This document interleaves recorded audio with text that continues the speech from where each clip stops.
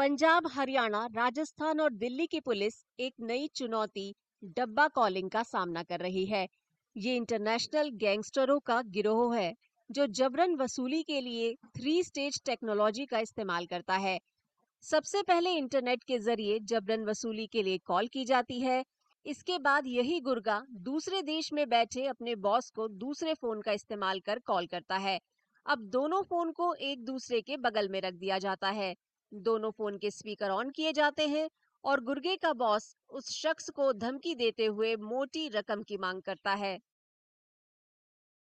So in the Dabba calling, the thought process is very clear. They'll call from one particular mobile, but that will be behind a virtual private network.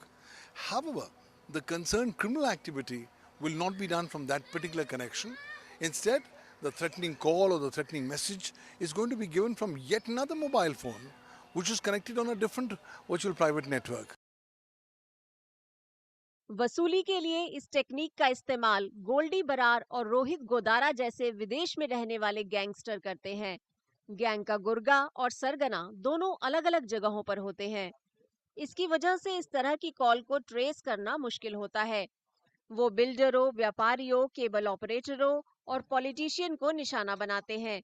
उनकी पहचान सामने ना आए, इसके लिए वो voice over internet protocol और VPN का इस्तेमाल करते हैं। I don't think existing cybersecurity tools are adequate enough to deal with the challenges of Dabba calling. The reason for this is Dabba calling is based on a twin layer of VPNs based on two separate devices by two separate networks. That being so, trying to connect the dots becomes a big challenge. Police को इन call को track करना मुश्किल होता है। Encrypted app और VPN tracing इसको मुश्किल बनाते हैं।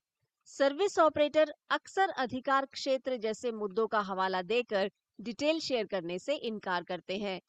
तेजी से फैल रही डब्बा कॉलिंग पुलिस के लिए चुनौती बनी हुई है।